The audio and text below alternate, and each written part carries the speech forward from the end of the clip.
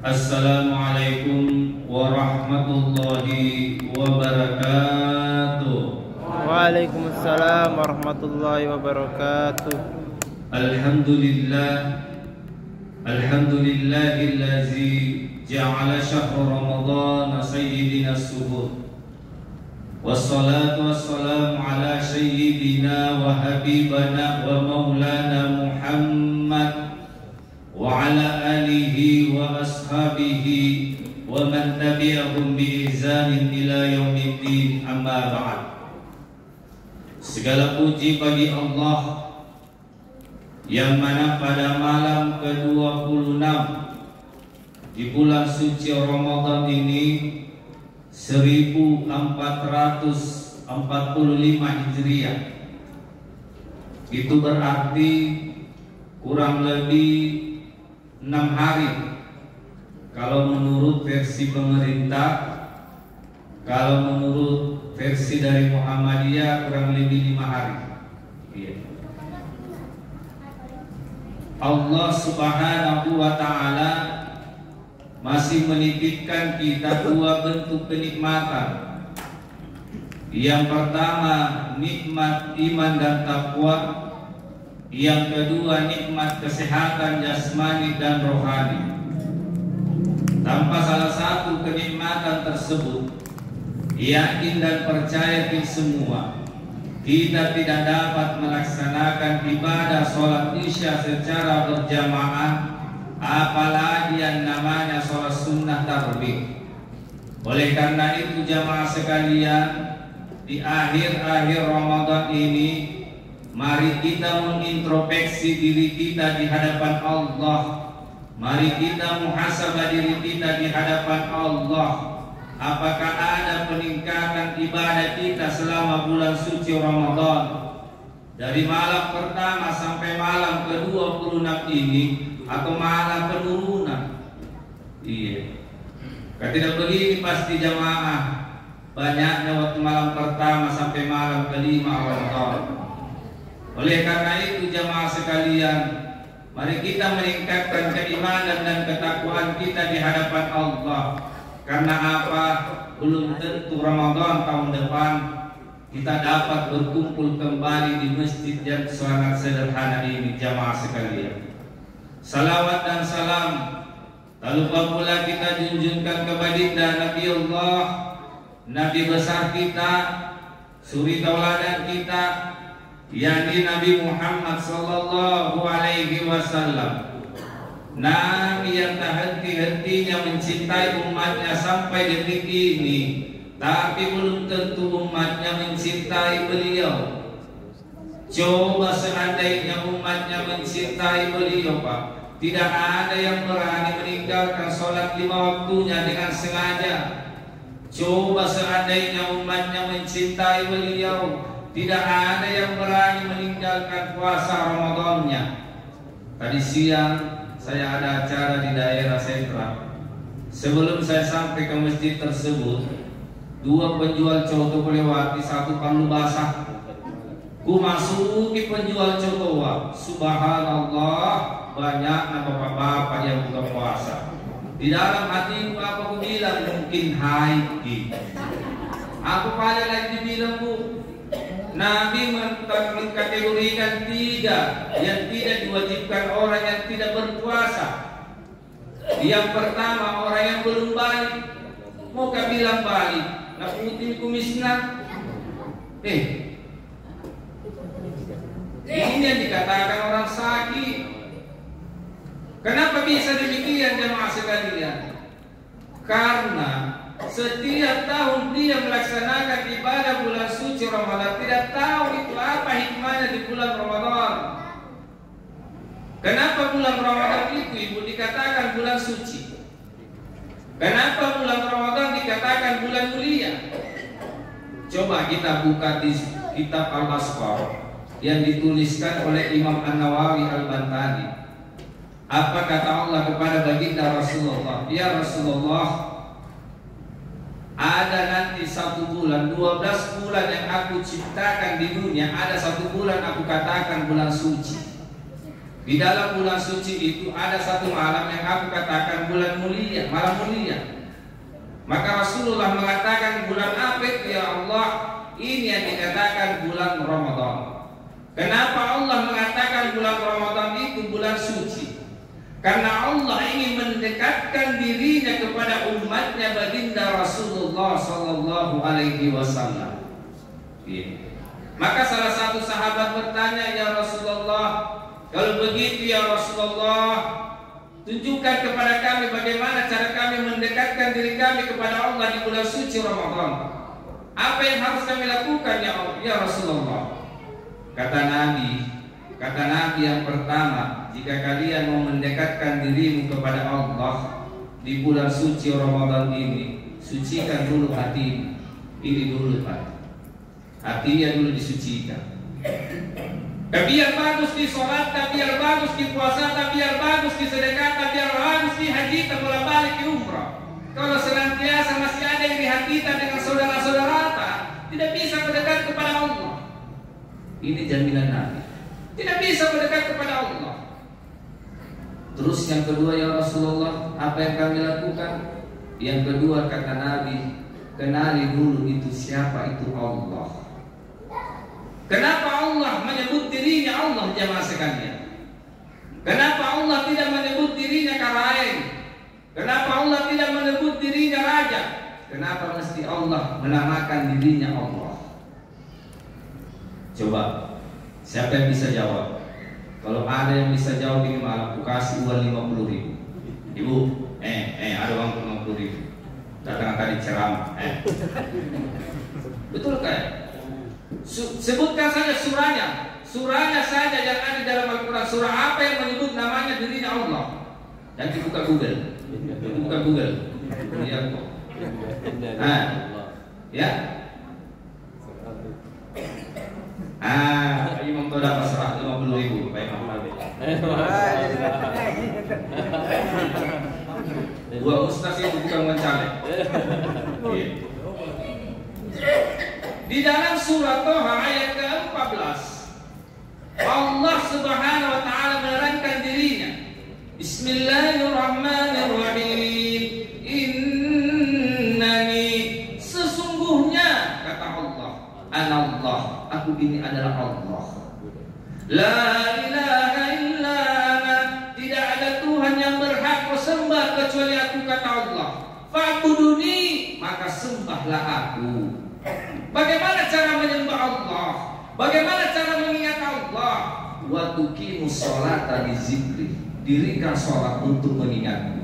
Jadi jangan ke sholat kayak diri-diri. Ada orang sholat rajin tongin apa sih orang? Oh iya, bapak banyak bosik. Ibu-ibu tahu tidak ada. Alhamdulillah sedikit gini. Banyak orang yang rajin sholat, tapi maksiat tetap dia laksanakan, menghalalkan segala cara hanya untuk mendapatkan namanya harta jabatan, menghalalkan semua. Sholat ini yang dikatakan tidak atiullah, tidak taat kepada Allah. Allah sudah mengatakan dalam Al-Quran, inna sholata tanha 'anil fahsya'i wal munkar. Kabir anak kecil hafal tauhid, bahasanya Allah. Tapi kenapa masih sering dilakukan? Ternyata cek per cek, bukan cek per cek yang ada di televisi, cek per cek. Banyak orang yang sholat tapi dia tidak mengingat Allah. Di mana orang mengingat Allah di dalam sholatnya? Kata Nabi, ada 5 letaknya orang mengingat Allah di dalam sholat. Yang pertama kata Nabi, takbirmu kau perbaiki. Kalau kalian bertakbir, masukkan rukunnya sholatmu. Rukun apa itu? Rukun qauliyah. Ini rukun yang diucapkan dan rukun fi'liyah, rukun gerakan di dalam sholat. Usahakan ibu, kalau kita bertakbir, jangan ingat dulu suamimu yang cakep, jangan ingat dulu istrimu yang cantik, apalagi istrinya orang muina, jangan. Tapi ingat kepada Allah. Contoh, Allahu Akbar. Sempurna 3 kali ulang Nabi. Sempurna. Ustaz, ada lihat gerakannya begini Ustaz, di atas kiri tangan kayak orang kedinginan. Allahu Akbar. Sempurna itu sempurna. Imam Malik. Ada di bawahnya tepuci. Apa itu tepuci? Di bawahnya positna. Begini tangannya. Sempurna. Ada di tengah-tengah. Ada yang di samping begini. Sempurna. Ustaz, gerakannya juga Ustaz macam-macam, ada yang begini Ustaz. Ada yang begini Ustaz, yang mana mengikuti? Sembarang mengikuti, yang penting ada nasa sampai buruk tak begitu yang biasa iya. Allahu Akbar. Sempurna. Yang salah itu Bu, mati untuk namanya itu. Makanya kata Nabi bedakan antara sunnah bid'ah dengan taklid. Ini yang pertama. Jangan lagi bertakbir Allah. Orang tidur itu. Sempurnakan takbirmu kata Nabi. Iya. Jadi orang sholat itu santai Pak, santai. Jangan terlalu kaku. Allah. Apa orang sakaratul maut? Ini yang pertama. Yang kedua, di mana letak kita mengingat Allah? Di surah Al-Fatihah. Makanya surah Al-Fatihah itu Pak, ada dua hukumnya kita membaca surah Al-Fatihah. Jangan disangkode satu rakaat kota desa.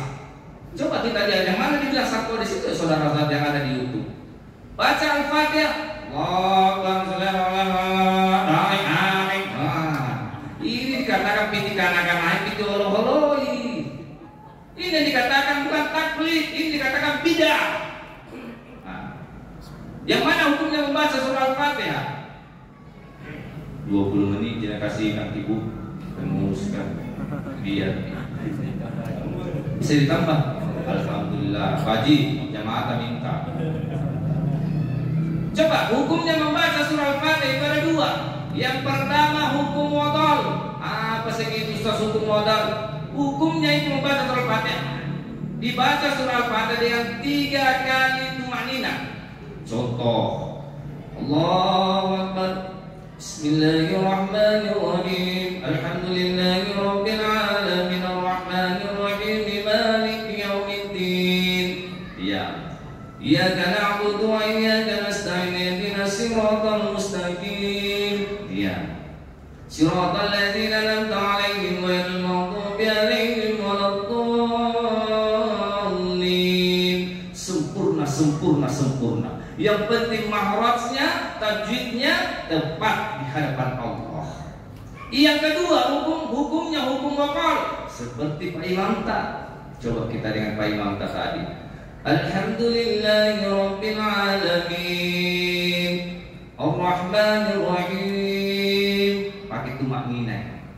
Suaranya Pak Imam seperti di Mekah. Cari 1-2 di suara toh. Dapat minta dibuat tau kan? Begitu kan hebatnya Pak Imam. Menghafal kau bagus kami suaranya, makanya cari menantu yang ustaz. Jadi kalau kita membaca surah Al-Fatihah, di situ letak hukumnya kita diterima sholat kita di hadapan Allah jamaah sekalian. Bentuk penghambaan diri kita di hadapan Allah. Sempurna.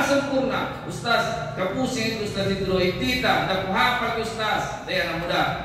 Kalau tidak menghafal doa kita, dia mau saja.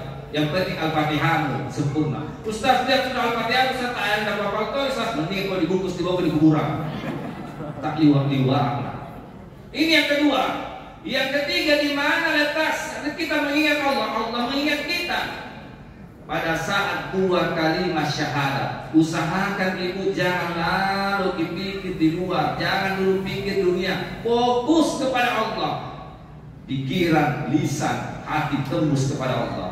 Asyhadu an la ilaha illallah wa asyhadu anna Muhammadar Rasulullah. Sempurna. Ada dulu anunya, dukun pilihannya. Yang mana dukun pilihannya Ustaz? Ini naik.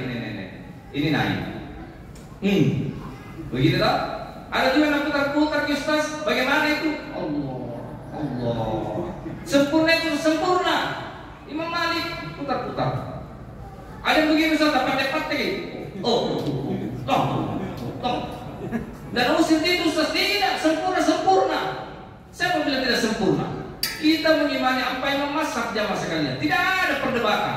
Nabi tidak suka orang selalu berdebat. Yang penting sholat tunaikan begini itu. Kenapa kita diwajibkan ini? Karena ini tembus ke hati. Makanya bulan suci Ramadan dikatakan bulan suci. Hatimu dulu kau sucikan baru sholat. Kalau tidak suci hatimu tidak bisa sempurna sholatmu. Betul apa tidak Pak? Makanya ibu sucikan hatimu untuk suamimu. Jangan berdosa. Bagaimana Pak? Habis minta air tak? Siapa habisin? Ada ini, ada hukumnya. Gerakan di dalam tangan ini. Silakan yang mau menetapkan, yang mau tidak bergerak tidak masalah. Yang penting sempurna. Yang jelas ini ganti Bu. Jangan sampai kita ganti karena kita kata sakit kita ganti ini. Ini dikatakan pilih karena pilih Allah. Ini yang ketiga. Yang keempat masalah. Allahumma salli ala sayyidina Muhammad wa ala ali sayyidina Muhammad. Usahakan yang dipikir di dunia.